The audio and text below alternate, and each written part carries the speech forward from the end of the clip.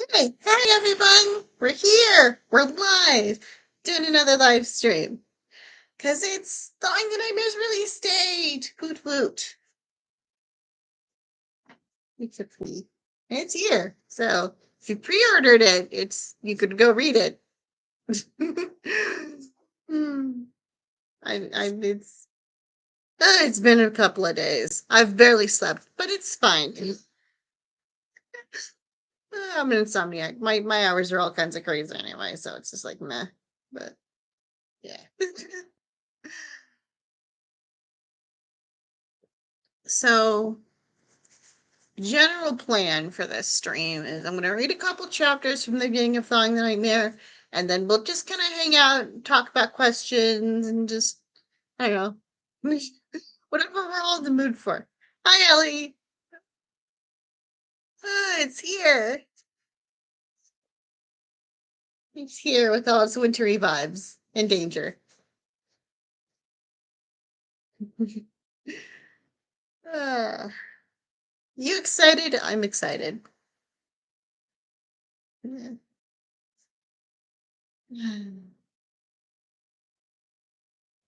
Yeah, guys, they all look pretty. I mean, it's all of them are pretty, and they just keep getting prettier, and it's almost not fair, but you know what? It's fine.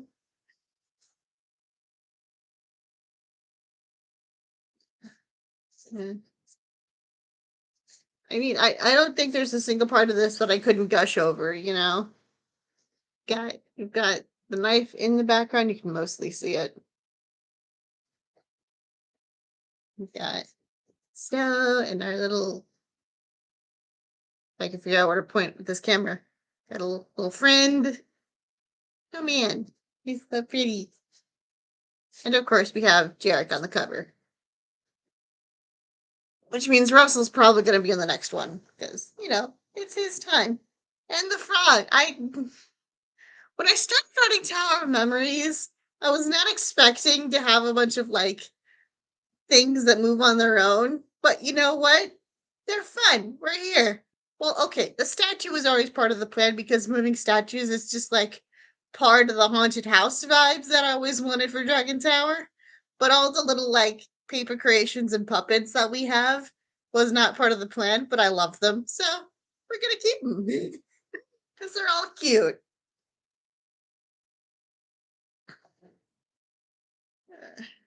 And yeah, we're gonna get two more creations in the next one, so that's gonna be fun.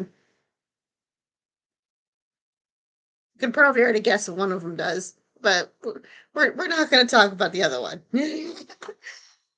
Not until we're more ready for this to become more of a real thing. Look how far along in this I am. This is utter crazy.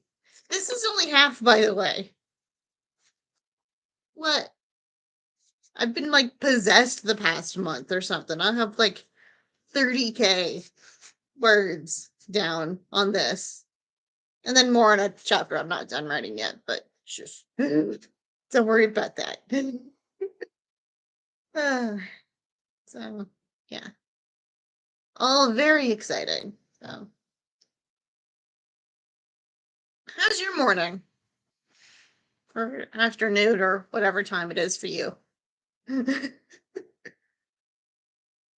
I've just been trying to not refresh the how many books I've sold because it's sold a few because I did get I mean not a crazy number but the highest number of pre-orders I've gotten on any book so far, so that's a plus. So that's fun to wake up to and see finally some numbers that aren't zero on my dashboard. Ah, it is awesome, and I like that. Generally speaking, anyone who picks up and tries one of these books likes it at least a little bit. So I'll take it. People who are I just need to find a way to convince more people to give these a shot.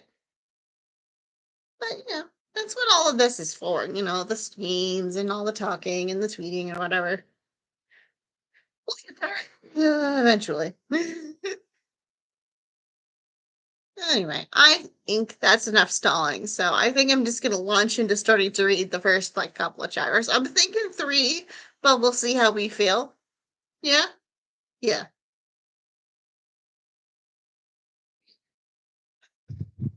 Okay, we can do this.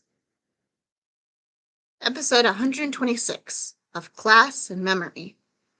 I didn't need to be connected to the group chat to know that there was something going on. It was a seemingly innocuous Saturday morning breakfast. Russell and Jarek were arguing about something, but the tone was playful enough that I was content to leave it be. Zathras kept looking at Celica, and I knew that he was telling her something. Meanwhile, Celica was staring me down. But, as between bites of fruit, what advanced classes are you thinking about testing for? Celica asked. Or perhaps demanded was more accurate. Huh? Uh, you have thought about it, right? She asked in a very pointed and accusatory way that made me want to hide under the table. I hadn't. I didn't even know those were coming. My silence must have been answer enough. Stuart, I shrank in size. Friday, advanced tests. If you want to take advanced classes next semester, you have to take them and pass. Oh, is there any purpose to taking the advanced classes? This was the wrong question to ask. I knew that from the moment the words were out of my mouth. Fethris recoiled like he too was considering running. Celica took a deep, heaving breath.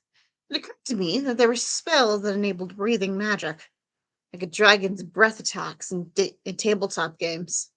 Students in advanced classes get greater access in the library. Neat. And, she exaggerated the A sound, the courses are different and you get more of the advanced classes. The regular ones are for those who haven't even grasped the basics yet. No, I haven't thought about taking any of them. Well, you should. I'm pretty content in basic classes. Stuart, I swear to the gods. Celica, think about it. My best source of information for most of this stuff is unreliable. I am not equipped for the advanced classes. You've done just fine in alchemy. Yeah, because I've been studying science for years with the human equivalent of Gorgon for a dad. Humans at alchemy? Arthur asked, interrupting the growing tension between Celica and me. Kind of. Different name, same basics. Not important. Celica slammed her hands on the table. Celica, I'm not taking the tests for advanced classes next semester. Alchemy was a fluke. Arthur was looking more panicked, but I was standing my ground on this. Why not? You're not even going to try? It's not about trying. Whether or not I'd make it isn't the point. The point is whether or not I want to do that to myself. I don't know why this matters to you so much. Because it's just us five. There's no room for hiding your missteps. We all have to be perfect. And me trying something I'm most likely to fail at will help that how? And what is you, our representative, not even trying going to say to everyone? That I have realistic expectations of what I can handle and other uses for my time and effort? Then who even cares what the rest of the school thinks anyway? I do, and so should you. This was getting nowhere and making my wrist itch. Well, I don't. At least not at the level it's not at the level that I'm going to let it dictate what classes I take. But if it pleases you, we can bet on it. You win, I'll take some tests. I win, you leave it alone. She didn't look happy about my idea. Then again, our last bet hadn't gone well for her. Fine, but I'm picking what we do. Perfect. She had also done that last time, but I wasn't going to point that out lest we get into an actual argument. I rubbed at my wrist and sighed. I'd almost forgotten about the agreement with Celica by the time the sun had started to go down. The rest of the day had been uneventful. You, me, Dubium, single hand, she said, interrupting my millionth read-through of Living Accursed. Okay. She slapped a deck of tarot cards between us. This was a different deck, not the one we'd played with a few times. That one belonged to Jarek. This one must be hers. The backs were painted with silvery whites and purples. I closed the book and set it aside, shuffled, and dealt out 7 cards to the both of us. I had the 5 of Pentacles, the Queen of Wands, the 9 of Swords, the 10 of Wands, the 2 of Swords, the 7 of Cups, and the 3 of Swords. Lots of wands, some swords, and few cups and pentacles. Okay, a candleless. I appreciate that you like the game. I spent a good amount of time trying to make this game work. And I like it. I need to find a way to get to actually like play it with people. Okay, I could handle this. You go first. Or you can go first, I offered, hopes of keeping some semblance of peace between us. Either it worked or the prospect of getting what she wanted cooled her off. 10 Pentacles. She was less curt and more calm. 15 Pentacles. She narrowed her eyes. Maybe she was short on those too.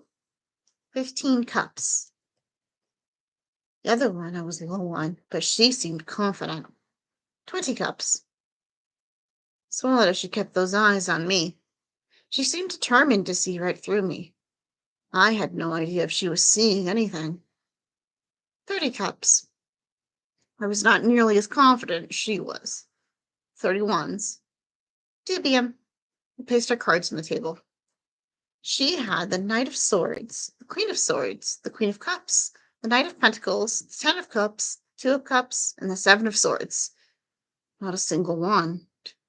Meaning I lost. Well, your victory, Celica. I'll see which tests I qualify for. Thank you. There was only a hint of sarcasm. I would take it.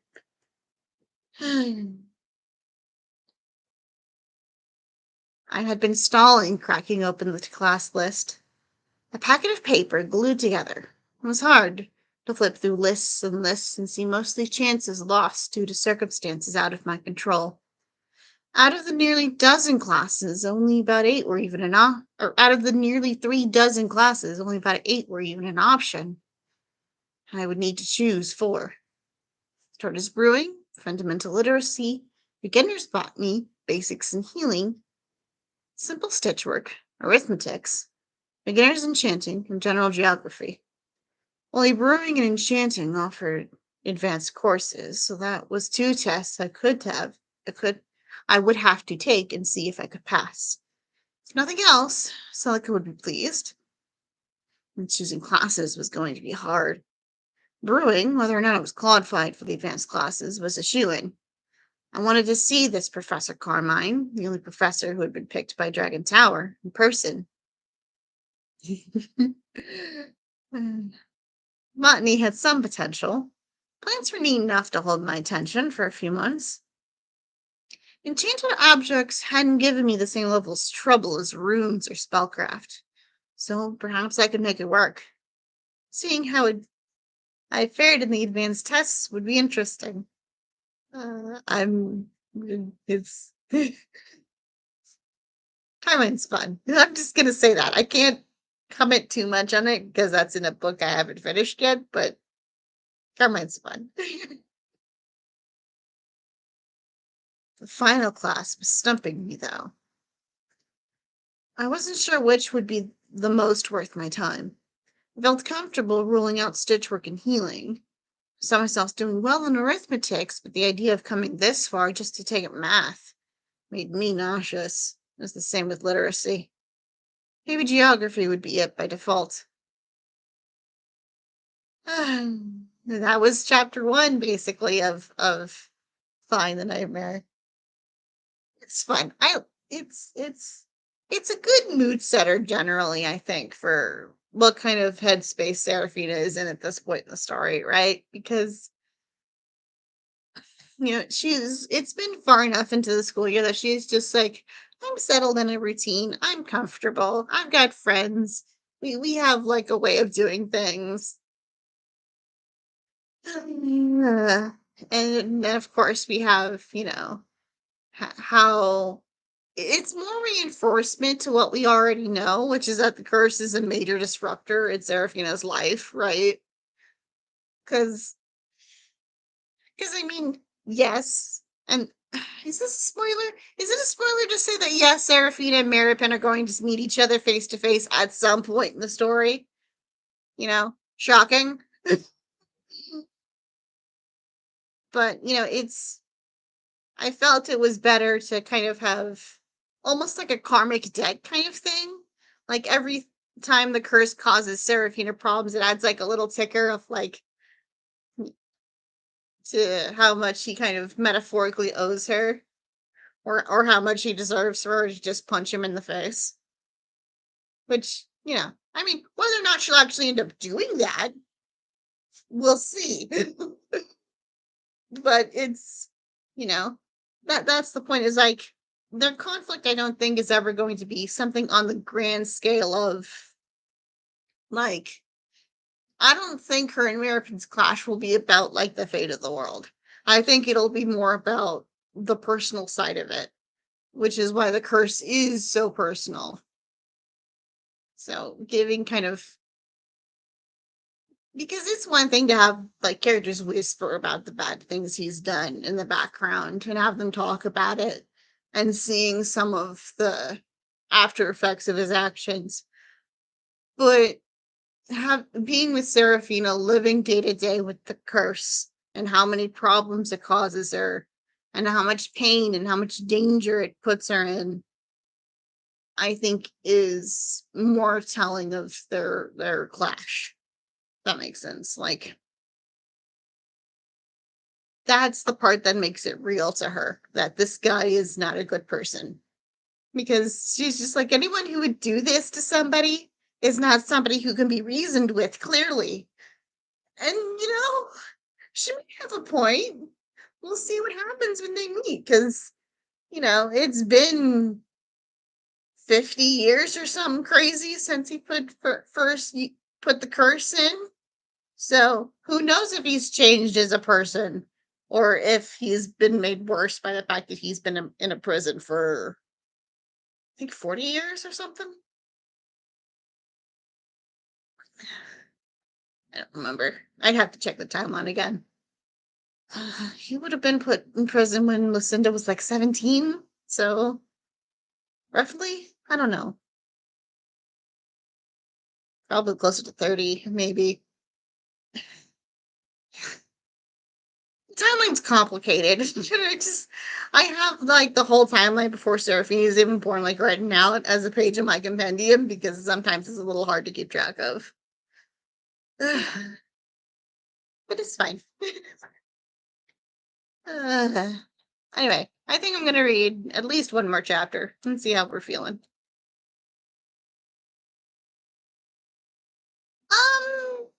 Kinda. I have timelines for scenes I know I'm going to replay as echoes later, if that makes sense. When, yeah. Well, the compendium that I have, which is where all of this information is stored, started because of Red. It's her fault that I have a compendium because that whole situation is so much complicated. Like, I mean, it's not like full on time travel, but it's time travel adjacent enough that it gets complicated quickly if I don't keep track of stuff. I mean, I know you saw this tweet, but when I was tweeting about like, don't do the time travel plot, people, because you're going to be sitting here with 3 of your books open, you're going to be like, what is going on? Because that was literally what I was doing for when I was writing one of these chapters. It was just like, why have I done this to myself? But I mean, it hits the emotional points it's supposed to hit. Like, at least I think from I mean, no one but me's read it yet, so we'll actually end up seeing that. That's gonna be your 4. And Johara, I've asked Johara if she wants to wait a read at some point in the future. If she catches up with the series by the time I need one, she should. I mean, I'm probably still gonna be another 2-3 months minimum on this thing, but again, We'll worry about that later. I'm excited. I'm excited for you and for her to see what I've done to Serafina this time.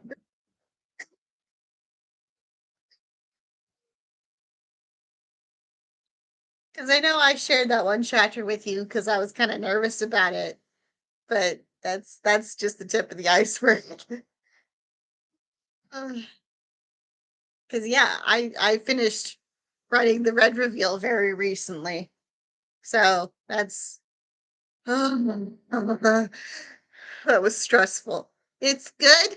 I'm happy with it, but boy, was that chapter stressful to write. But I mean, because I know it's important, right? You and I both have been looking forward to getting to that point, so I'm excited. It's I'm expecting you're gonna read and you'll just be like, wait, no, no, oh no, oh no. That's gonna be fantastic. But yeah,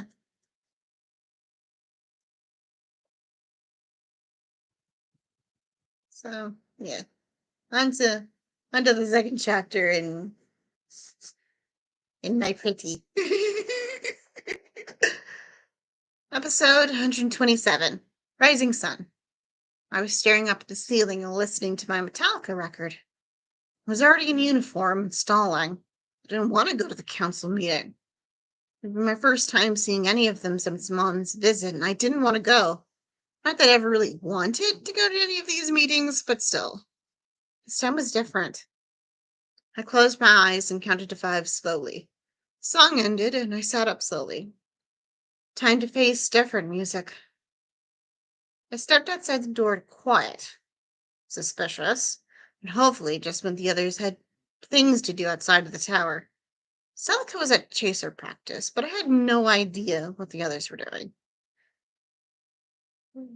Yeah, Lucinda's visit was just yes, that was just a good time. That was as fun to write as you think it was. As long as it didn't give me paperwork, I didn't care. Aside, I had bigger, more immediate things to worry about. The meeting room was the same as always, only about half the others. When I arrived, Set, Horace, and Mott were there. Hello, I greeted the room. Mostly said, since he was my favorite. Not that it was stiff competition. Serafina, good morning, Set's usual optimism was an appreciated bit of normalcy. It depended on how good this morning was internally. But I wasn't going but I wasn't opening that can of worms by saying those doubts. I could feel Horace staring at me. I focused on not looking at him. It was going to be a long day. So I glanced between me and where Horace and Anubis were sitting. Maybe it would be fine. He seemed a little nervous, and considering it was said, a little nervous was probably the thing to worry about. The others arrived, and I tried my best to seem invisible. Not easy in a room of 9 people, but I was allowed to try. Didn't work. Horace tapped the space next to him, the opposite side from Anubis, so it gave me a panicked look. The most important thing we need to address today is the upcoming advanced class tests, and we're going to help administer them. Horace began the meeting. I held in a groan. Advanced tests again. Was there no escaping this stuff? What about those of us who are taking them? Gail Mott asked. That's a matter we have to discuss. If any of you intend to take them, then I'm going to need you to write the list down. Anubis, can you start and pass it around the room for me? Technically, we were all supposed to be equals, but Horace was unofficially our leader since he was the only 5th year amongst us. The way he talked made me wonder if 5th years even had to bother. Then again, I doubted I would take advanced classes during my last semester either. Anubis respected him, and following along with whatever he wanted seemed to be the best way to avoid any more conflict with both of them. Less conflict was a victory in and of itself. I just had to get through a few more meetings than I would have earned a very that I would have a very earned and desperately needed break from all of this. The page reached, pardon me, page reached me last, which was good because that meant I could just follow the format the others had used. Slowly, I wrote down my name, followed by the one advanced test I was taking. My penmanship varied from okay to first grade hieroglyphics. This was not the time for the latter. Once I was done, I passed the paper over to a tourist and Anubis. A terrible balance of it being in their reach while staying as far away as possible, even with sitting next to Horace. Neither of them said anything, which was a mercy and a curse in its own way. How else was I supposed to know if I was doing any of this right? I also didn't want to hear whatever rude or snide remarks Anubis had to say without any professors around at buffer. I had no idea what Gorgon had or hadn't said to her, but I also wasn't sure what made her hate me so much in the first place. Who could possibly know how those two interacted? People were complicated like that. I just had to keep my head down a little bit longer. We do this, Seraphina. Just keep breathing. Seraphina and her breathing. One of these days, we're just going to have a 3-hour conversation, just Seraphina and her breathing. I think I also need to sit down and do like an actual count how many times she tells herself to breathe. But I mean, it's it's one of those things. Also, it's another one of those things I blame Victor entirely for. Which, for better and for worse. Horace looked over the list. I couldn't see any surprise on his face. I could live with that. The rest of the meeting passed without issue. But that didn't mean the meeting ended the same way. Stuart, before you leave, I would like to speak with you for a moment. Just us two. That statement sent alarms in my entire body. I wanted to run. If he wasn't someone I would see again, I might have. Sure, which is the exact opposite of what I wanted to say. Marcelica would probably be mad at me if she heard that I ran from the council room because Horace asked to talk. I comforted myself with the fact that he wasn't allowed to do anything, not even issue a challenge for a duel on account of him having his true color. If you could count on a Kelpie for one thing, it was following the rules. I stood in front of him and tried to hide how awkward and worried I felt. This past week, I've had a lot to think about. He said, and I had no idea where he was going or what he wanted, so I stayed quiet. About you specifically. So prideful that I can't admit I perhaps misjudged you. But this is my final year here. I had everything planned, and I've never taken too well to disruptions. And I worked very hard to get this position, whereas you seem to stumble blindly into this without a care in the world. I blinked at him while trying to process. Was he apologizing? Did I pass out in the middle of the meeting? Horace, I had to swallow to gather my courage, whatever scraps of it I had. I think we both had a misunderstanding. How about we both start fresh? Hi, I'm Seraphina Stewart, Dragon Tower representative. I didn't ask for this. I don't know what I'm doing. But my tower's counting on me, and my only goal is to not let them down.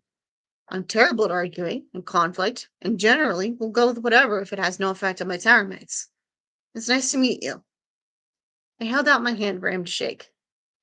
I was really feeling the high difference between us. It was easy to ignore when we were sitting, but it felt like he was looming over me.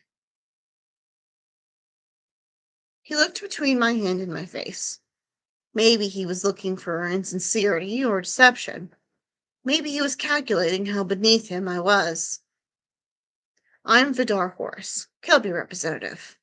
I intend to put my tower's interests first and foremost. Stay out of the way, and I'm willing to let sleeping alligators lie. He actually shook my hand once, and I'm fairly sure it was just as awkward for him as it was for me, because we both backed away at nearly the exact same time. Not the version of the phrase I was used to, but I'd take it. Peace was always a win.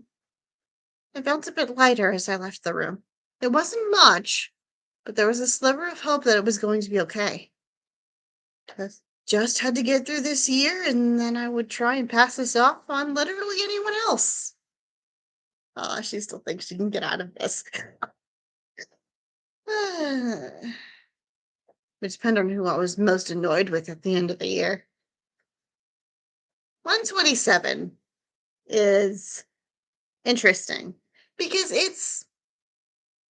127 is pretty much a direct consequence of Lucinda's visit. You know, it's because here's a thing that I always wanted to do from the very beginning.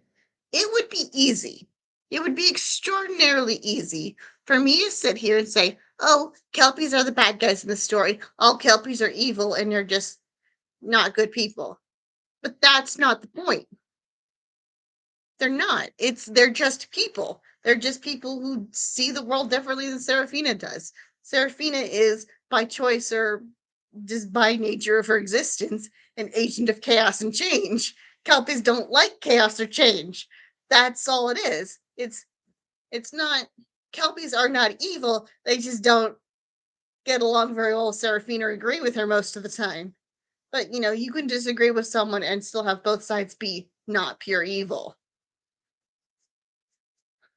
So that's and very deliberately, Horace is meant to be the oldest in the room. He's supposed to be basically an adult compared to,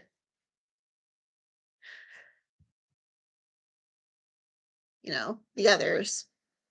I mean, Serafina basically says as much. He is functionally in their society an adult, and he's just like, okay, I had these thoughts about you, but clearly there is more going on here than I thought.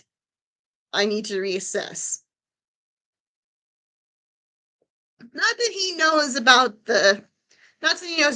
who Lucinda actually is or where she came from, but he knows enough by seeing how they interacted to be like, okay, that's all of the adults are freaking out.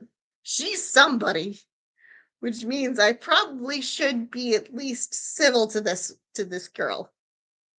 Which is why he's kind of just like, okay, what's actually going on here? And yeah, it's a two-tower system. You have your like primary thing, and then you have like your secondary traits. You know, Serafina is a dragon first, but she's got a bit of pixie in her. As much as nobody will talk about it, it is there, especially if you know what to look for, because the two big traits for Pixie are empathy and honesty. And Serafina can read people very well. She does frequently. Whether or not that skill actually helps her is to be seen. But she is aware of how other people feel and think about it a lot. And she's also honest with people for the most part. Exactly. That's the bit of Pixie in her. She may not be just like, yay, happy sunshine optimism, but she does care about people, which is a very Pixie thing. And Set notices this, which is why he's like, I'm gonna look out for you because A, you were much younger than everyone else who should be in this room. And it's clear that you at least care. So that Set's decided to be like take it upon himself to look after her. Whether or not Seraphina appreciates it is irrelevant. But and I mean, you know, it's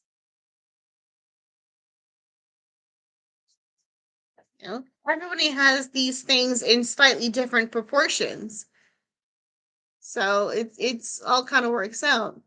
One of the things that I didn't again, this is like something that's been an interesting side effect of some stuff I didn't intend. Jarek's blue. You know who else was blue at Jarek's age? Lucinda. So I wonder if that tells you a lot about how they both kind of grew up, that they both were blue. I mean, it manifests differently, but you can almost kind of see how Jarek acts probably a bit more like Lucinda than he does like his mother. Not that anybody's talked about it, but it's worth thinking about because Lucinda obviously grew up as the heir to that coven, and Jarek's been the presumed heir since nobody knew Seraphina existed until recently. So that's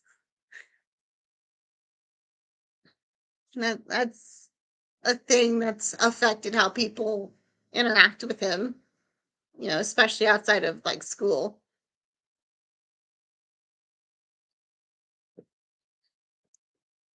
And of course, Derek has complicated feelings about being heir, which is probably why I think he's relieved almost that Seraphina could potentially inherit if she wanted it. Not that she does, but the fact that it's now a choice as opposed to something that's just expected of him due to circumstances, he's just like, yay, I don't have to deal with this anymore.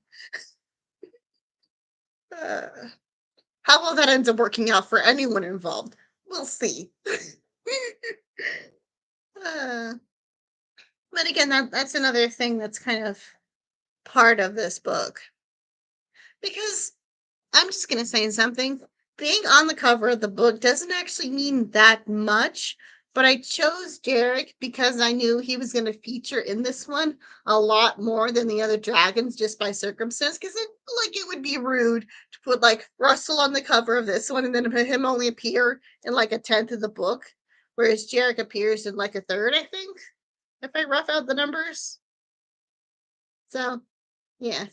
So being on the cover doesn't have any like major significance, but still, it felt more honest in a way than having. So I'm gonna do these in order. Obviously, Seraphina had to go on the cover of the first one, right? Because main character, first book. I feel like there's rules. She's our major introduction to everything else. Our first kind of anchoring into this world is how it connects to her. So it makes sense to have her on the cover for the first book.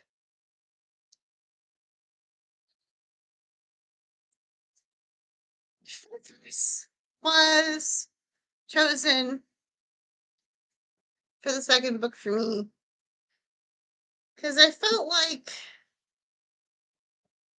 it made the most sense at the time. It's comparatively speaking, I felt like the biggest moments in here were more Fethris orientated, if that makes sense. Let me and we have Celica because on three because I think it's very interesting the dynamic between Lucinda and Florai, who is Celica's mom. Because you can kind of see, in 30 years or so,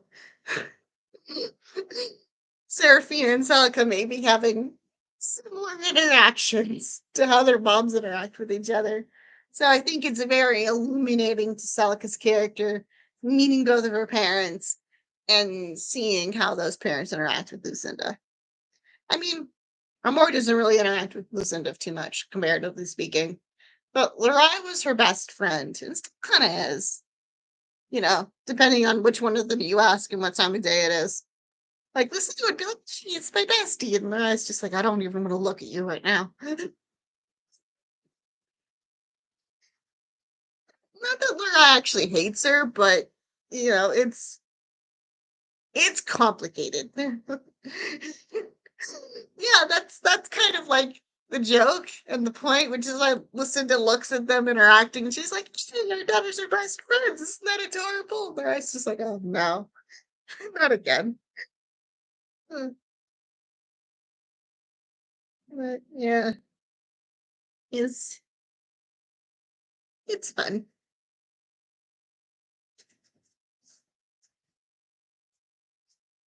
Don't fall over. So, yeah. Well, we'll see what fun Russell moments we get in book 5. If he's going to be since he's going to be the one on the cover. What I'm going to do for book 6's cover, I have no idea. There's a few different options that are all like varying degrees of viable, but we'll see when I actually write the thing. I haven't started writing it yet, so I'm not fussing about it too much. I got to finish this thing first. Somebody, absolute monster. Yeah. I just finished 183. You can't read any of this text because of how far am I into the next book? About halfway ish.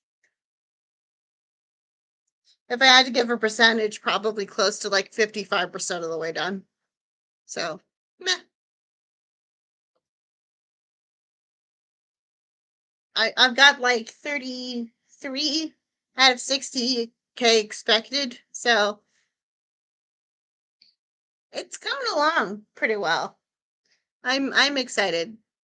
We've got we got a couple more big plot points to hit before this can be done though.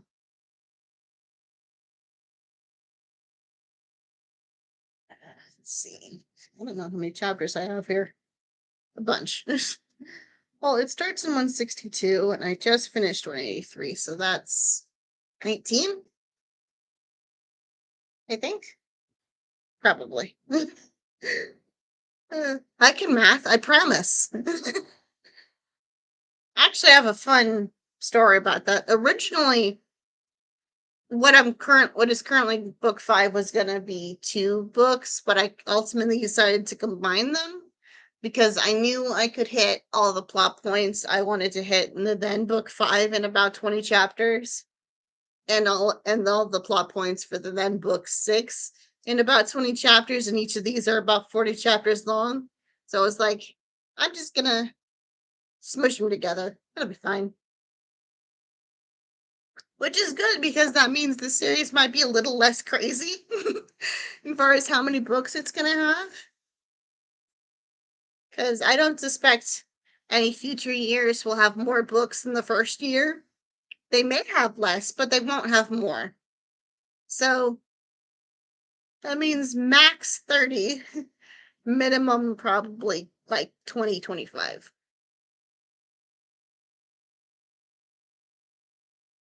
I blame Serafina for this. So funny because when I was first like conceptualizing Tower Memories, I wrote like a little blog post on Goodreads about it. And I'm like, I'm gonna write a single book that's 100K words long. It's gonna be a fun fantasy adventure. And I'm just like, you poor naive child. So I left 100K behind about a book and a half ago. Actually, more than that, because for comparison, this is about 100K.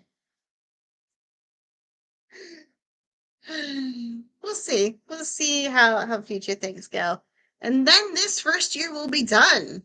And then we'll move on to next year. And next year is going to be pretty crazy in its own right.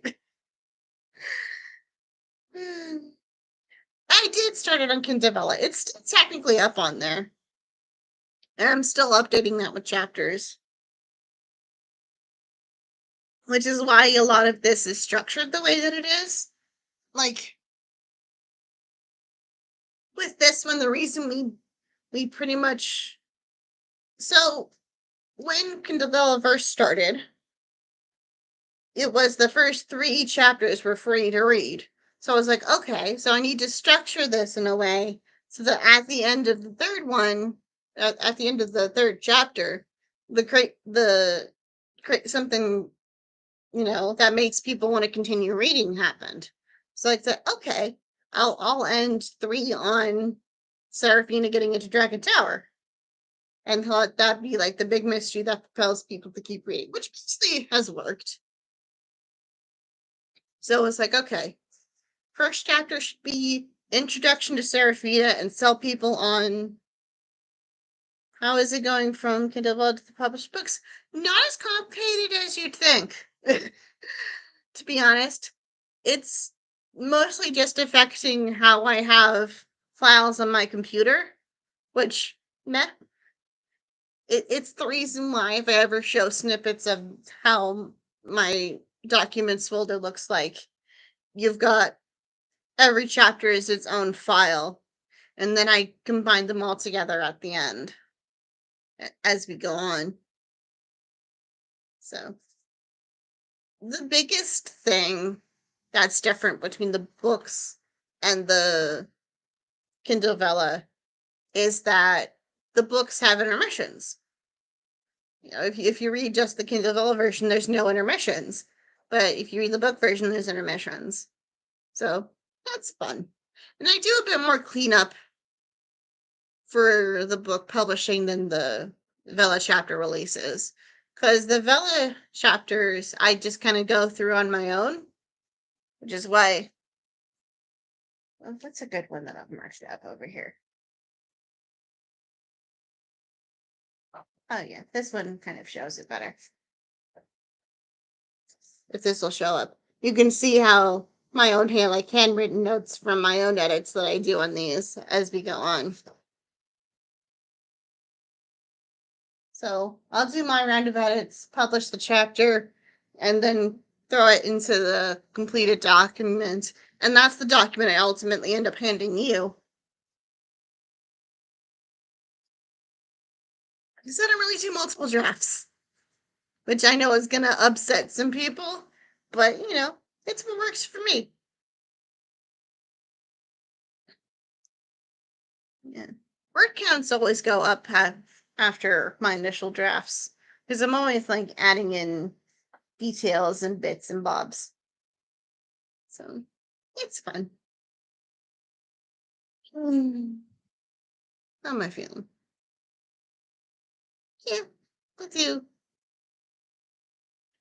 Uh-oh.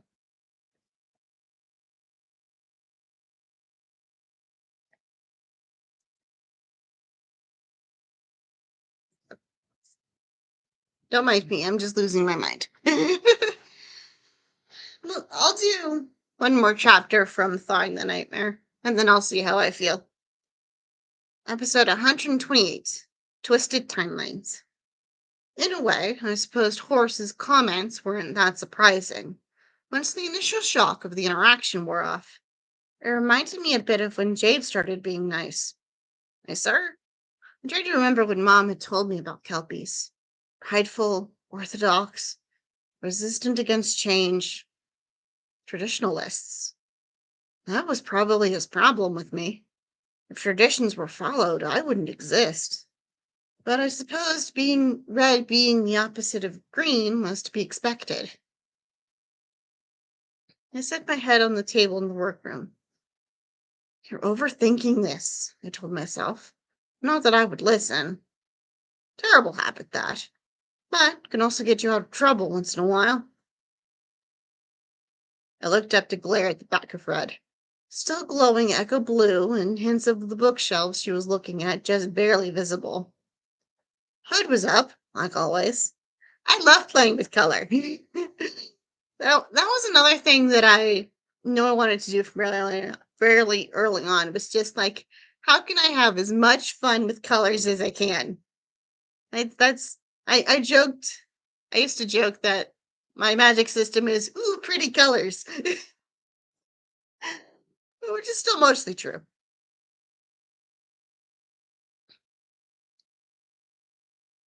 Do you just have your hood up for my benefit, or is it some kind of fashion statement? Lets me know when I need to have it up for our little chats. You're unhelpful. Not for lack of trying. If I could do more, I would. Is this really is this really how you want to spend your last, years? Months?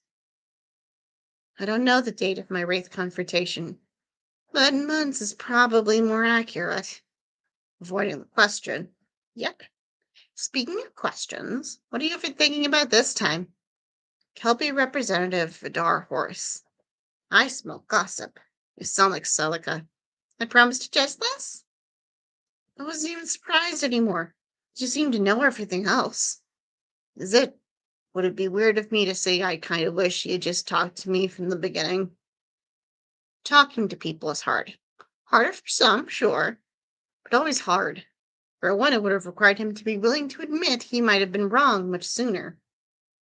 What do you know about what he said? Nothing, but I know a thing or two about Kelpies. Not a fan of mold breakers, which we are, whether we want to be or not. She spoke with her hands, pointing between the two of us without even looking back. I don't think that's true. Oh? I'm a dragon. What mold could there possibly be for me to break? I couldn't see it, but I could swear I heard her smiling as she talked. That's what's taking some people so long to figure out. And your job as representative. Forge a new mold. She waved around her right hand as she spoke. She was wearing those same black gloves. That sounds like too much responsibility. Let's step down. But the others, who cares what they think? They'll get over it. I care. It's getting a little tired of people telling me I should just quit. I didn't come here to quit. I was going to make this work. Red looked to the right, towards the door of the room, then went back to the bookshelves. I don't know what she was looking for, but it was taking forever. I opened that damn door somehow. I got us into this mess, and the others wanted me to do it. I don't know why any of these things happened, but they did, and I owe it to them and to myself to try as hard as I can. This bullshit was not going to get the best of me. Aw, she's so stubborn. But that's what we love about her. I heard Red chuckle. No, she can't see you. That's Neko, by the way. You asked earlier. She went back to facing to her right. Her gestures stilled. What? Red was she was in the early concepts. Like there being like a ghost in Dragon Tower was always part of the plan. But who Red's identity was in flux for a while. But by the time I wrote her first line of dialogue, I knew exactly who she was. I'm not going to tell you. You'll have to read book 5 to find that out. But yeah, by the time I actually started like actually writing the story, I knew who she was. I've known who she was this entire time.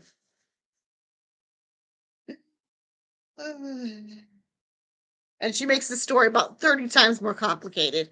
But it's fine. I'm working through it. I don't like that look, Red paused. Is there someone else who could see me in the room with her? She's got a lot on her mind. More writing. Yeah, she can see me. It's complicated magic stuff. I'm not making fun of you. I barely understand it myself. Red laughed. I told you stuff was weird. Can always ask to be transferred. Couldn't be sure, but I was getting the feeling she would prefer that. I wonder who she was talking to. And yes, I also know I know exactly who Red is talking to here. I can't tell you, but yes, this is a character we've been planning for a while. So yes, I know who she's talking to here. Uh, and we won't know for a while. So you're just gonna have to ponder all on your own. She finally grabbed a book. Technically, it was floating there, but also firmly in her hand. The magic that enabled this was very curious. I couldn't see the title, but the cover was dark green. She was teasing, but I could swear I heard a bit of tension. Suit yourself. But I hear Basilisk Tower isn't that bad. I'm not going anywhere. Don't you worry your little head about it. She lied, like a liar. And that's your only hint you're getting, by the way, is that when Red's like, oh, you can transfer to Basilisk Tower. You know, you don't have to stay here. You're like, okay, so it's somebody who would have a connection to Basilisk Tower, clearly. So have fun pondering that out. That was a lie, and she knew it. I remember her saying something about her tower mates not knowing. That felt a little cruel to know about your impending death and not tell anyone else. You just got here. Focus on not making an idiot out of yourself in your classes. I can worry about me. She placed a dark green book on the table. She set it down sideways and focused all her attention on whoever it was with her. She put her hands on her hips. She groaned, and then, a little louder than before, I swear worrying is your favorite hobby. Relax a little. If you're going to stick around, you're going to have to get used to it. She sighed after a moment. Yikes, I commented. And on that note, I think it's time to wrap this up. Would you? She asked while looking up towards the ceiling. She accompanied it with a circular gesture with her hand. Yeah, she's basically doing this. And then she was gone, the book still where she placed it. She could do that? Since when? What in the hell's red? Maybe she deserved to be gutted by her wraith. I want to be clear. Seraphina does not mean this last sentence. She's being sarcastic. Because Red just like hung up on her. She's just like, dude, what? You can do it?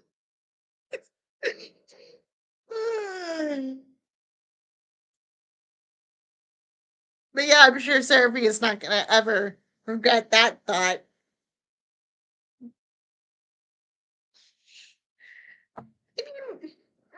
Her snark, because I think it's important to remind the reader that she's 16 at this point, especially when stuff starts going down. Like, a big thing in this book, particularly, is that it is not my job to make you agree with the decisions the characters are making. It is my job to make you understand them. Do I think Seraphina and her friends are making the best decision possible at all times? No. Is it my job to kind of explore why they're making those decisions? Yes. It's, it's a chain of events of cause and effect.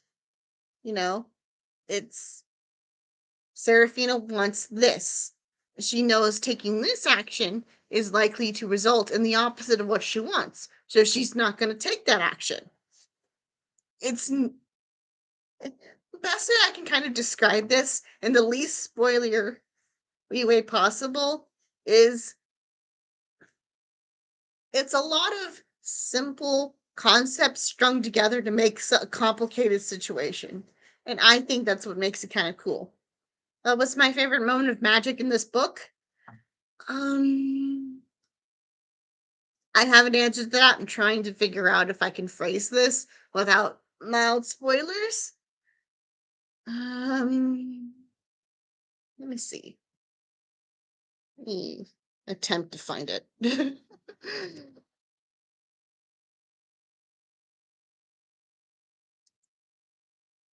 There it is.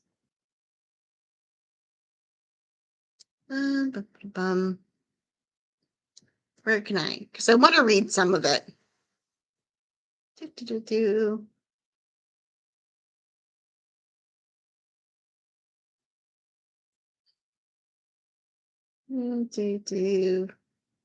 Okay. So, for a little bit of context before I start reading into this, again, I'm trying to avoid spoilers. Is Seraphina is in the middle of a panic attack for reasons that I don't worry about the specific reasons if you haven't read this book. Allie knows what's going on, probably from those words alone. So I'm going to read some of the description, not all of it, but just because I think, just because I like it. I was drowning in dark green. It was in my eyes and my lungs and my throat and my veins. Thunder crackled in my ears and lightning arced inside my brain. Was there still earth and snow beneath me? I couldn't feel it. Was this what being at Tesla Coil felt like? I needed to get free, to break out. Reached out. Not with my hands. I couldn't feel those. but with something else, something smoldering deep in my chest. The thunder was suffocating. I held on to that unknown feeling, the embers glowing in my heart, hiding away under my ribs. The dark green keeping me prisoner crackled, a hyper-thin fault line that was just, or cracked. A hyper-thin fault line that was just enough to let me see the tiniest sliver of pink light in, or a tiniest, a hyper-thin fault line that was just enough to let the tiniest sliver of familiar pink light in. It pierced through the green like a silver bullet, cleaving through the red edged curse and finally letting me breathe. So, yeah, that's my favorite moment of magic because it's just like, ah, it's, it's probably just one of my favorite, like, sections, I think, of the book. Like, if you asked me to pick like a top 5 favorite pages, that's going to be in like the top 3, you know? I don't know if the other ones are, but that's one of them.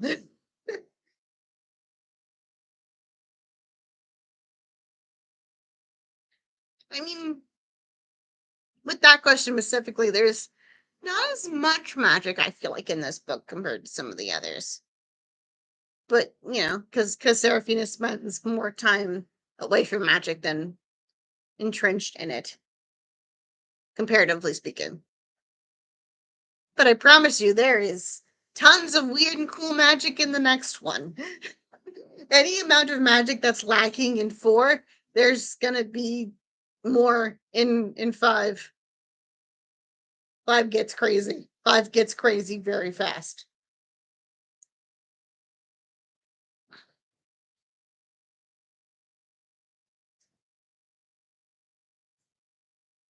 Yeah. hmm That's definitely something to be excited for for what's the consequences of this page are going to be more far-reaching than I think anyone is prepared to deal with.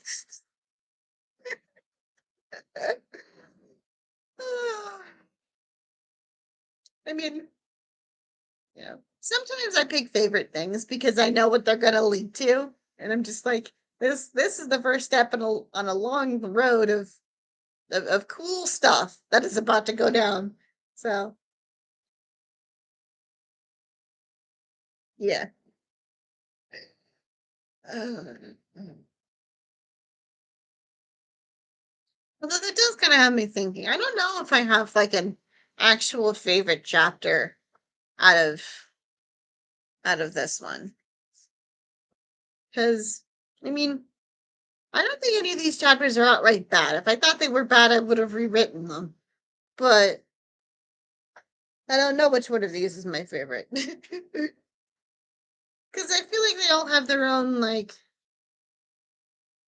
plus and minuses to them, I guess. Like I appreciate that. I mean, like I just said, if I didn't think there was some merit to them, I would have rewritten them or removed them or something. Mm, You know, like I like Home Sweet Home because it's just cute, but I also like Foltz because of the section of it I just read. I also think my favorite title might be the Fire Titan. You know, and we have the dream sequence in Drowning in Ashes, which was just fun to write. Then you have, Wishes on Flower Petals, which is the longest chapter in this series, by the way. Actual craziness. I love the dreams. I didn't expect to write dreams in this series, but I think they're good and they're a useful tool. Because you have to remember, Seraphina's dreams are like regular dreams, and that they're more reflections of her emotional state and how she's processing. You know, And I'll give you a hint if you're trying to like translate some of her dreams. Pay attention to colors. Shocking. I know. Pay attention to colors is just a general good rule of thumb for this series. But yeah. I mean, because the Drowning in Ashes dream specifically, I think tells you a lot about things if you know what to look for as far as to like the colors of things. You've got a yellow moon in a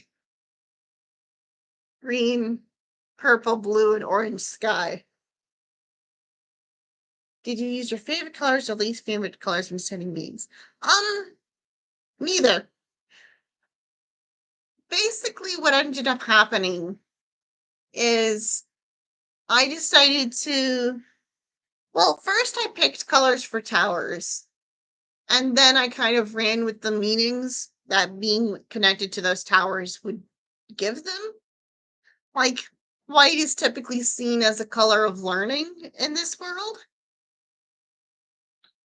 because it's so associated with, you know, the more academic type people, because that's generally who has white magic.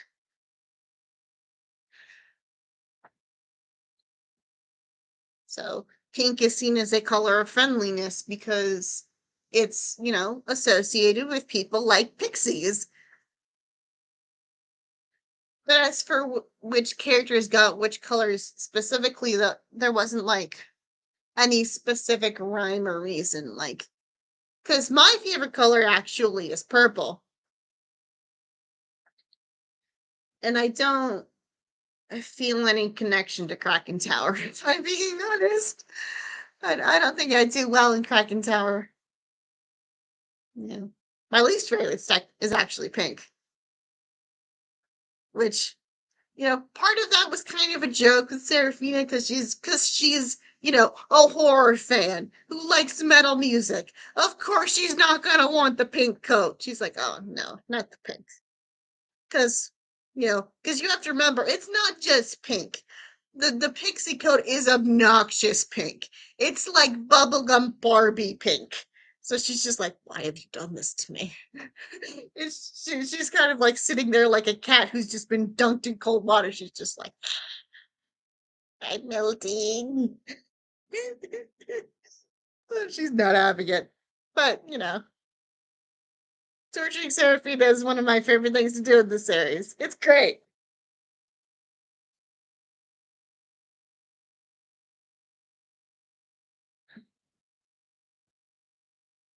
But yeah.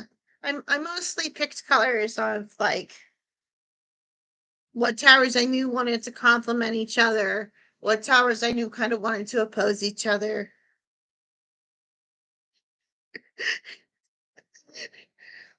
Well, I also think it's exasperated by Seraphina's just general interests. I also think her interests explain a lot about like why she's so happy in Dragon Tower. Because you see her go and you're like, oh, she's a girl who likes Frankenstein and wants everything to taste like pumpkin spice. Oh, she's that person. you know. And they also, I forget which chapter it's in. I think it's in 5. There's a chapter where Seraphine kind of talks about how they celebrate Halloween, and Russell's just like, yeah, because you have to remember they don't celebrate Christmas, so their big holiday of the year is Halloween, which again explains a lot.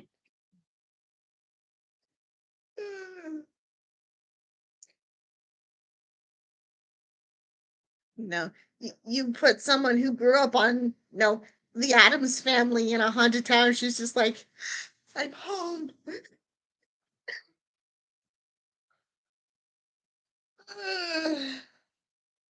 It's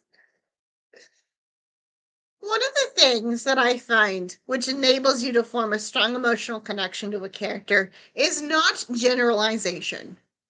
It's specificity. If you can narrow in on a specific experience or person, that's when you form a connection to them. Because like, if you're just like, oh, doesn't everybody do this? I'll just do it because that's the thing everybody does. Well, that's how you alienate everyone who doesn't do that thing, which tends to be most people.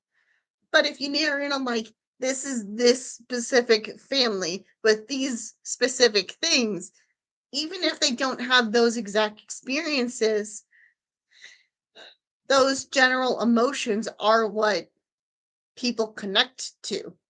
Like, not everybody has is gonna celebrate the same holidays the same way. Like, even if you celebrate the same holiday, two households are gonna celebrate it differently. Whether that be this specific movie or this specific show or this specific themed decorations, you know, if you can nail that capturing of that specific person in that specific moment of their life, that's when you actually can have connections to them. That's when they feel real. Like, oh, this person always does this or this, or, because, for instance, the fact that Lucinda's functional but not that competent in the kitchen, like, as funny of a bit as that kind of is, that's also a very specific, real thing, especially when combined with her background. This is somebody who grew up the heir to a noble coven. Of course she can't cook. Eh, But, this is also someone who's lived in a fairly, more mundane suburban home for 20 years with her daughter and husband. Eventually she's going to pick up something, especially from watching Victor, who can cook because, he grew up in a way that's like, I need to find some dependence on myself. And also because he's wired like Serafina is and finds it's just easier if he does it himself for a while, He likes the kitchen to be organized. He likes knowing where.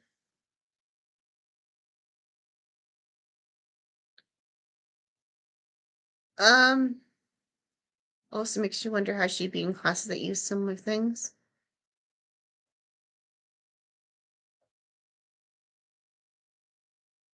I'm sure you're asking me something, but my brain is kind of short circuiting on me right now. Can Oh, okay. How would Serafina do in like a chemistry class?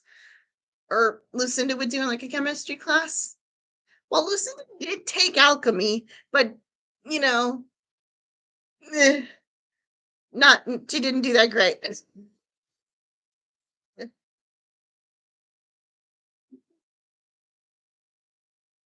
Yeah. I I I have kind of thought about what classes they took.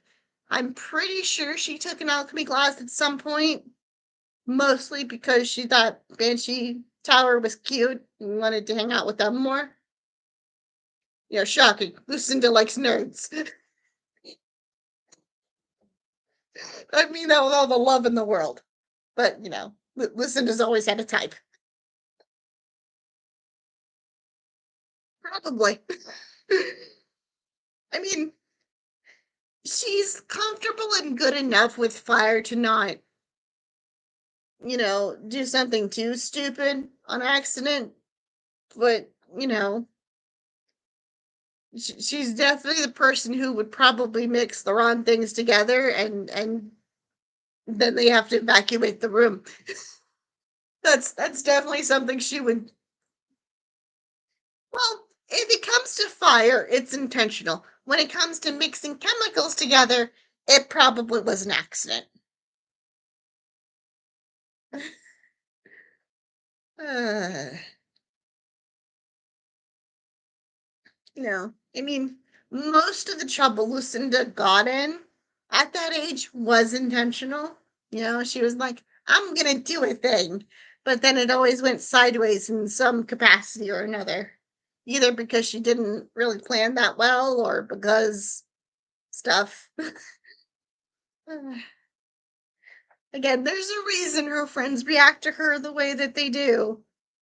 things often went sideways when Lucinda got involved. I mean, she always approached a situation with the best of intentions, but sometimes tensions go awry.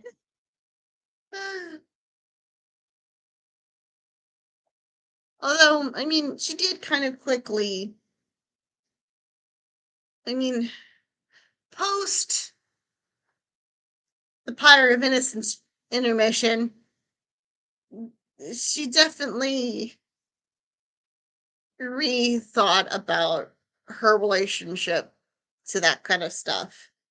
How she felt about power and what power should be used for.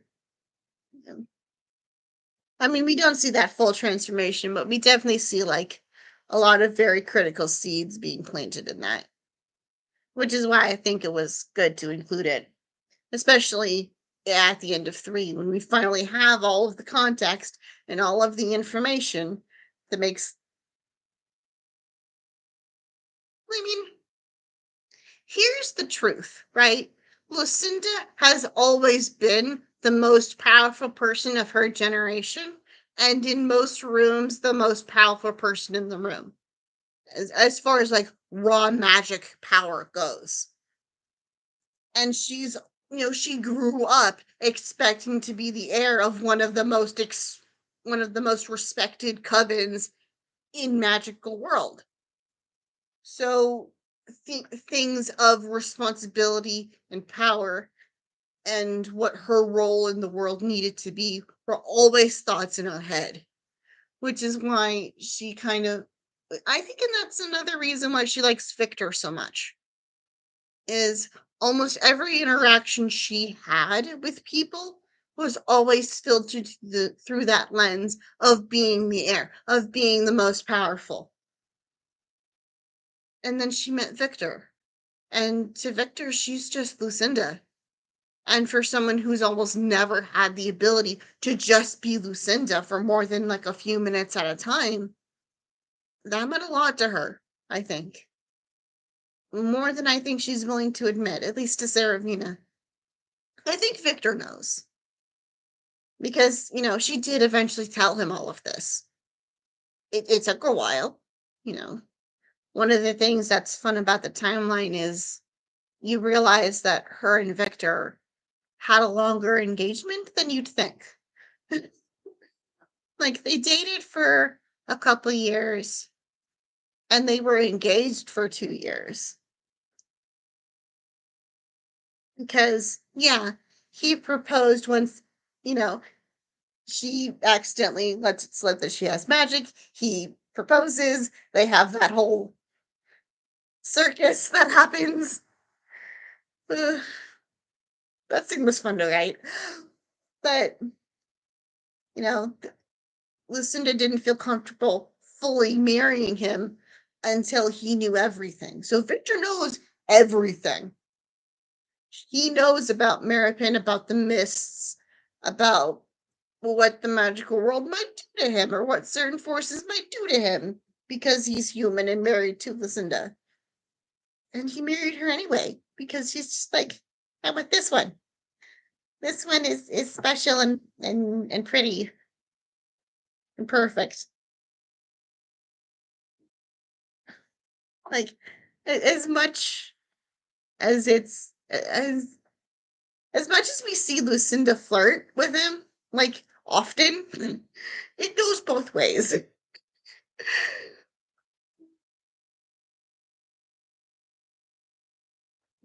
I've said that Victor and Lucinda is my favorite ship to write about in this series because they're just like, oh, they're perfect for each other. And I also think it's very, very funny to think about how, like, if you would have asked Vivian to, like, handcraft the perfect husband for her eldest daughter when Lucinda was like 19, the end result probably wouldn't have looked that much different from Victor. I mean, someone who is caring and willing to listen to her and someone who will just be a better dad than the one Lucinda has.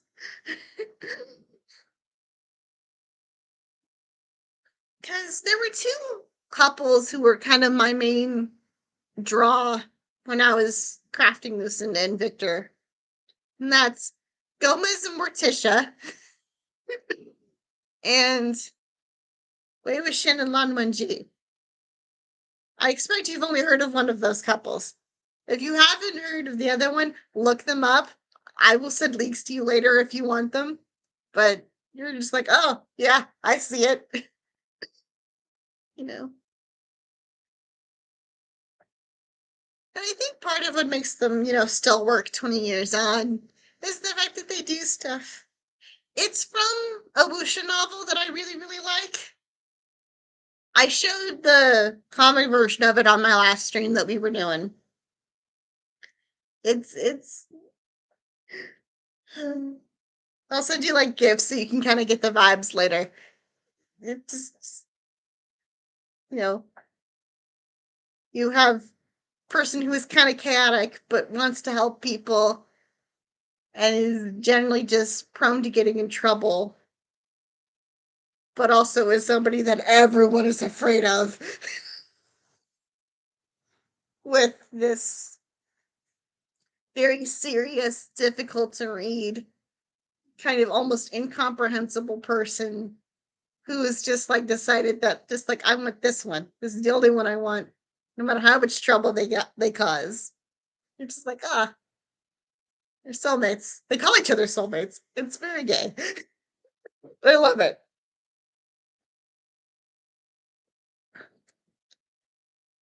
Uh, let's see. So yeah, it's great. Well, here's the thing, right? It's about balance. The world needs balance. Because if you have just order all the time, nothing will change, even if it needs to, because things do need to change occasionally. You know, things can't stay the same forever, for better and for worse. And you need elements of chaos and change to keep wheels spinning, You eventually have to rewrite laws occasionally just to get stuff done. But I mean, and that's another thing is I didn't want this is not a good and evil story. That was always something I knew from the beginning. This is not a good and evil story in any definition of those words. This is a story about a person, about family, about friendship, and about how those things can go right or very wrong. And I mean, I have nothing against basic good and evil stories. That just isn't my goal here. You know, like I said when I talked about Maripin earlier, her conflict with him is not about the future of the magical world. It's not about good or evil. It's about how much previous generations get to make choices for the current generations and how much control they get to have. That is the center of the conflict there. And I feel like that's something that, that's going to connect to a lot more people these days than just good and evil. I mean, again, I have nothing against those kinds of stories, but, my goal is, a little bit different. I feel like, because, I wrote this with teenagers in mind, and I think trying to split the world into good and evil has done more harm than good.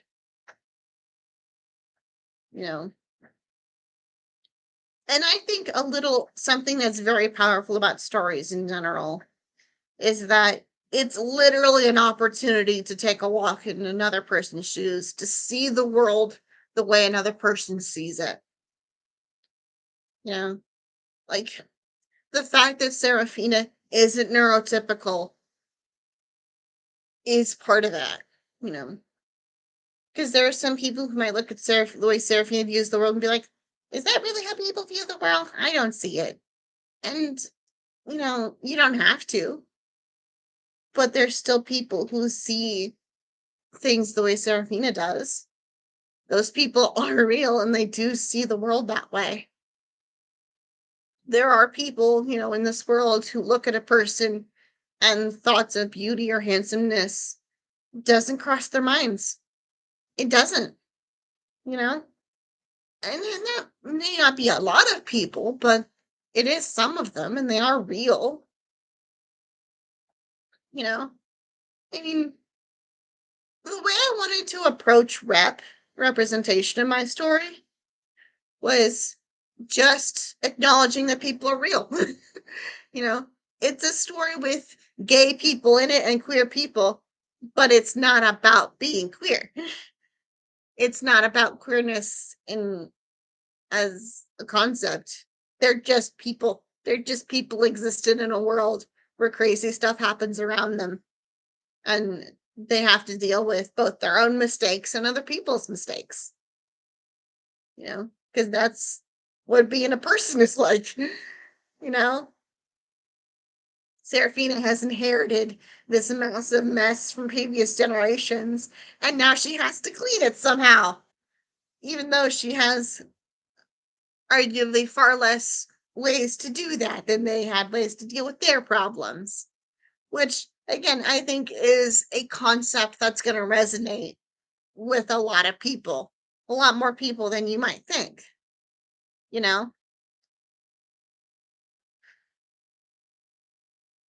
I mean, I don't want to say any of this with this idea of like older generations are entirely screw ups, because that's not the point either.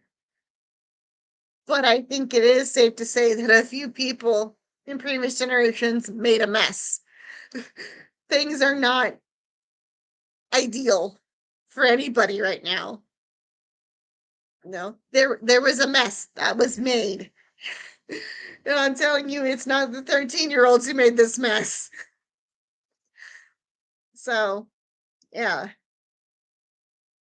And somebody's got to clean it, because we can't just leave a giant mess everywhere. We, you know, things are definitely broken. Somebody's going to have to fix it. And even if that person is going to be the weakest person magically in the whole series. Not spoiler warning, but yeah. Because this is not a good versus evil story, Seraphina is never going to be as strong as her peers magically. That's just going to be a consequence she has to deal with. As far as like raw power output goes. What I mean, she's going to have different advantages, I think. I think it's good to have strengths and weaknesses in balance, because, I think balance is very important. I also think contrasts are also just as important for understanding, you know, knowing that Lucinda's always perceived herself as the strongest person in the room. And for the most part, she's been right. And then you compare her with Serafina, who always perceives herself as the weakest in the room. Yeah, they both have feelings about it. And it explains a lot about why Lucinda is so, so protective. Yeah, I mean, and that's part of it, Serafina is very pro teamwork because she knows that her by herself is not going to get anything done. And so far, I think Jarek's been fueled more by his curiosity. And now that some of that's been satisfied, he's looking at this like, Well, because again, he grew up expecting to be the heir. He grew up with that expectation just in general, both how people perceive him and how he perceives himself. And one of the things that's kind of drilled into you when you're the heir of a coven like this is that it will be your job to look after everyone. So whether or not Jared wants to be, leader of the Hearth Coven at some point, there's a part of him that's like, that is a member of my coven who is weaker than me. I need to look after them in some capacity. Which, and that's a thought that's crossed Lucinda's mind a few times. you know, if Jarek ever voiced that thought to Lucinda, she'd be like, "Yep, that's what it's like." And then you compare that to Serafina, who's never physically felt the need to protect someone, but definitely emotionally has felt that. You know, I'm trying to figure out how to phrase this. Her relationship with Ethan was very, he kept her company and she looked after him emotionally. Most of their days was spent with her just listening to him and being the only person who would. You know, for a decade, all her and Ethan had were each other. She does, because I think she. I think Serafina forgets sometimes that everyone around her has magical powers, especially in the first couple of books.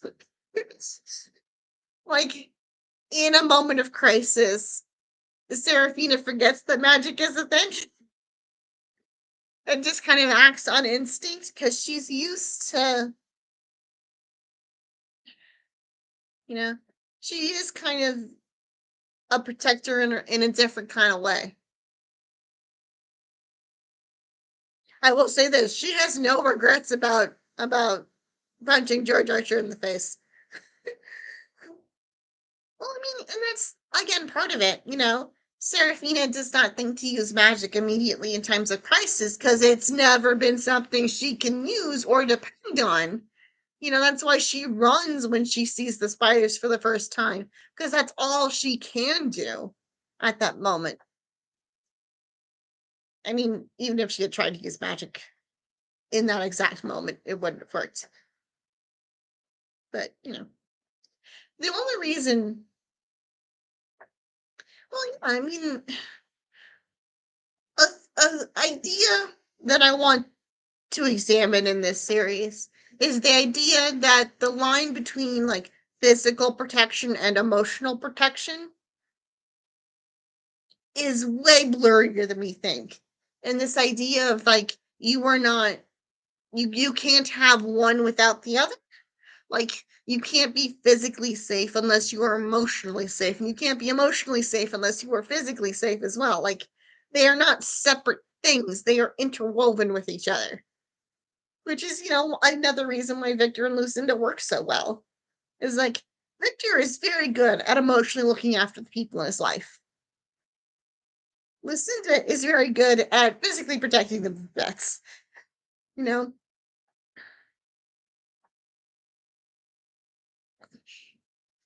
and that's why, you know, because Lucinda says this a couple of times in various different phrasings, but she basically says outright that she couldn't raise Serafina on her own without Victor. And not that she wanted to, not that she would have ever wanted to, but she knew she couldn't. So, that's a very big reason why she made the choices that she did.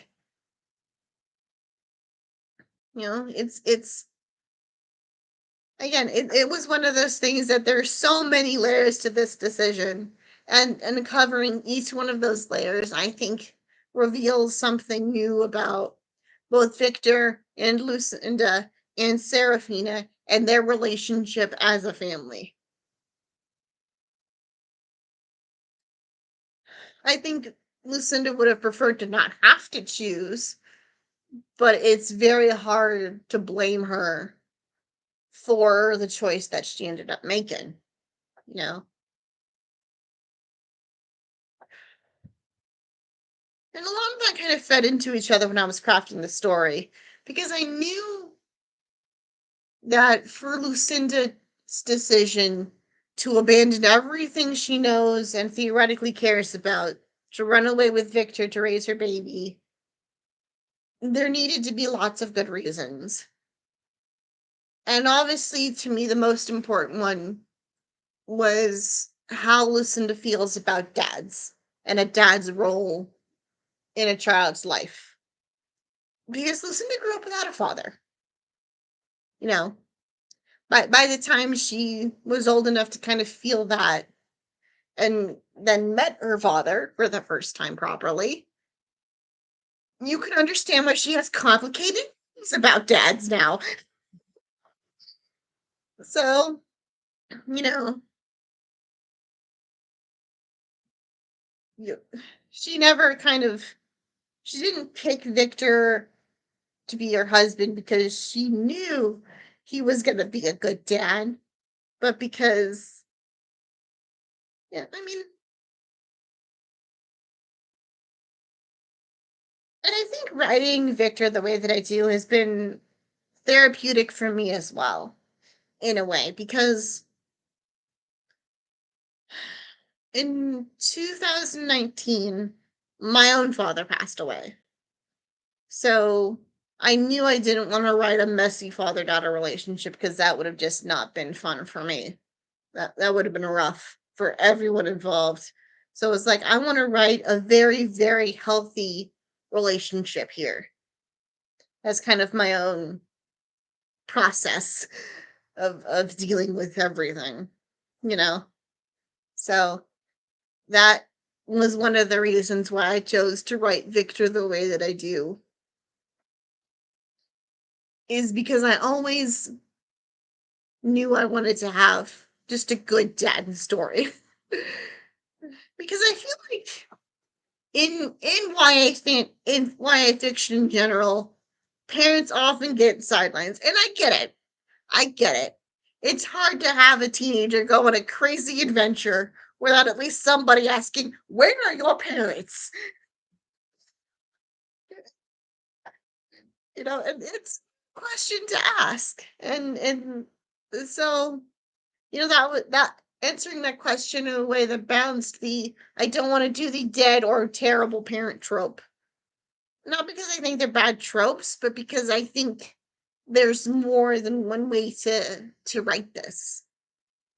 And that's another reason we ended up with the boarding school setting, is because it's meant to give me that balance of them being far enough away to not be involved in the immediate action when stuff goes down, but also still care about Serafina a lot. Like, if they could be there, they would be. But they're 3,000 miles away, so that's why they're not involved.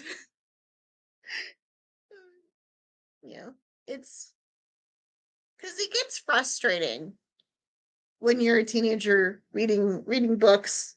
Because I read a lot of books when I was a teenager. Duh. Oh, shocker. The person who would grow up to be a writer read a lot of books when she was younger. You know, that's a well-worn pipeline. Um, And it always felt like the only parents that actually cared about the kids were the dead ones. And I'm just like, meh. Because after the 30th time you've seen what was some of my favorites when I was younger? That's hard to say. Because the way I kind of devoured books is I would read them once and then kind of move on.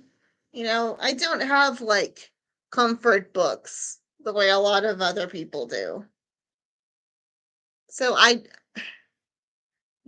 probably read hundreds and hundreds of books over my lifetime, and I'm just like, I like most of them. The only ones that really stick out in my brain are the ones I didn't like, which wasn't many, but there were a few.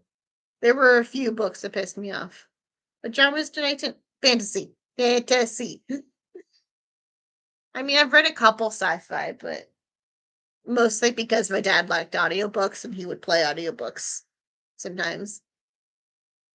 So, yeah, imagine listening to the audiobook for Ender's Game and Speaker of the Dead when you're like 11. I feel like that explains a couple things. Uh, yeah. Honestly, most of my storytelling inspiration kind of comes from video games because those are more my comfort media of choice. As I mean, not again, I did read a lot, but I also played a lot of video games. you know, something a lot of people may not know about me is that I played World of Warcraft for like 15 years. Yeah, that's where some of the terminology in Tower Memories comes from is video games. That's why it's called mana when I'm talking about like energy, magical energy, because that's the word that makes the most sense to my brain. So that's the word I'm going to use. Yeah. Oh, everybody's got a mana bar, metaphorically speaking. And my favorite video game series that is my comfort media of choice is Kingdom Hearts. Which I feel like is going to explain why I write some of the friendships the way that I do. And why I put so much value in friendships over more romantic relationships. My friends are my power. Uh, but yeah, that's certainly a sentiment that Serafina can resonate with, I think.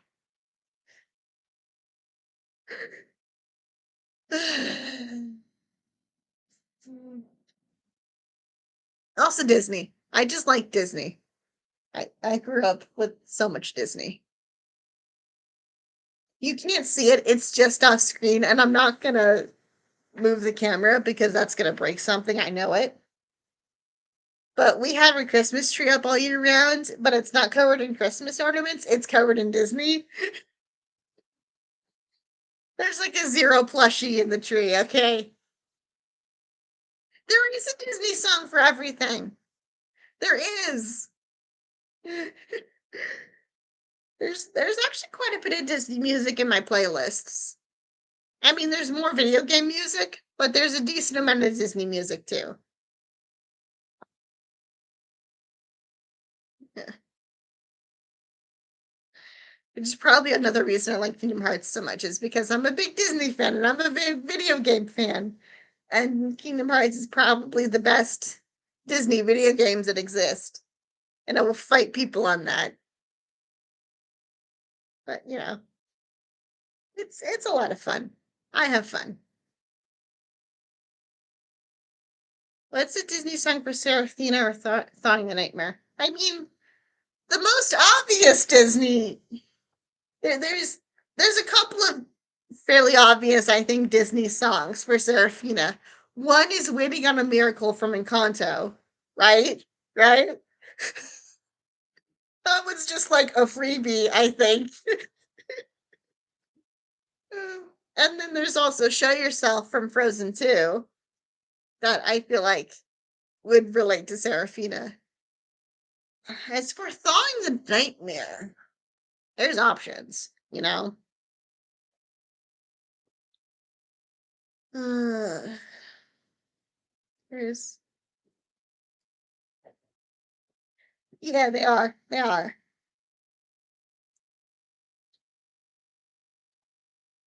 I would have to say the one Disney song that I would probably pick for this, if I had to pick, is "Making Christmas" from Nightmare Before Christmas. Which probably is a little bit weird and out there, but I promise makes sense. Because I feel like that's a good song for like, yay, everything's going pretty good. We're making progress, but there's this like underpinning tone of like, that's That's not what Christmas presents are supposed to look like. Don't put the dead turtle in the box. Please don't wrap the please don't use spider legs on Christmas presents. That's not how that's supposed to work. And there's also that underpinning of like, this is the last moment before everything goes wrong, which is basically what this is. Like, the reason this is called Thawing the Nightmare is that, there is a nightmare that is currently slumbering. It's frozen in ice. For right this moment, everything's safe, but that ice is melting fast. And something bad's about to happen when that ice is fully melted. Never seen John Carpenter's The Thing? And you see like the heat lamps pointing at the alien in the ice block, and you're just like, don't do it. Don't do it. you know, this is like Seraphina's last chance to turn back before everything goes wrong. Not that she does. I mean, and we understand why, you know, it goes back to that. We understand her decisions, even if we don't agree with them, and we know that this is about to go bad.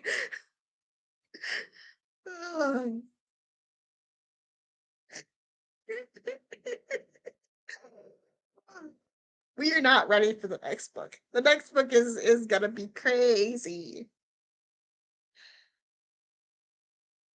and somehow it's still not the craziest in the series. But there's a couple more. Book 6 is gonna be pretty crazy too, because we have to end off the year big. We're it's. Uh, yeah, we're not ready for the last two books of the school year. It's about to go down.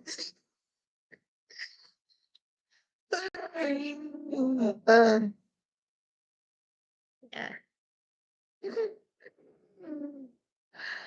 I can't say too much because I don't want to spoil books I haven't finished writing yet. But oh boy, yeah, that's. I heard it somewhere. Well, I don't want to give too many spoilers, so like, let's see if I have any. Like, bum, bum, bum, bum, bum. Here it is. The first chapter title of book 5 is On a Knife's Edge. So, that's pretty much the tone we're going for. Let's see. What are some other ones? Yeah. Like most of my chapter titles. Some of the chapter titles are references and jokes, but I like most of them, pretty much. I mean, if I had anything that I hated, I wouldn't go with them. Ah, yeah. Another one of my favorite chapter titles is Howls by Moonlight. And yeah, and probably another. I'll pick one more, and that's the Echo Chamber, because we're like I said, it's about to go down in the next book. We're gonna see some cool stuff and some dangerous stuff, and everything's gonna implode. Echoes. Oh yeah, we're. mm, oh, stuff's about to go down. I mean, stuff has gone down from what I've written, but it's gonna be a great time. I'm having a good time writing it. You're gonna have a great time reading it, and then we're all gonna scream and worry and panic as bad things happen to Serafina. I would prepare your bad things happen bingo card. Just have that ready to go. Let's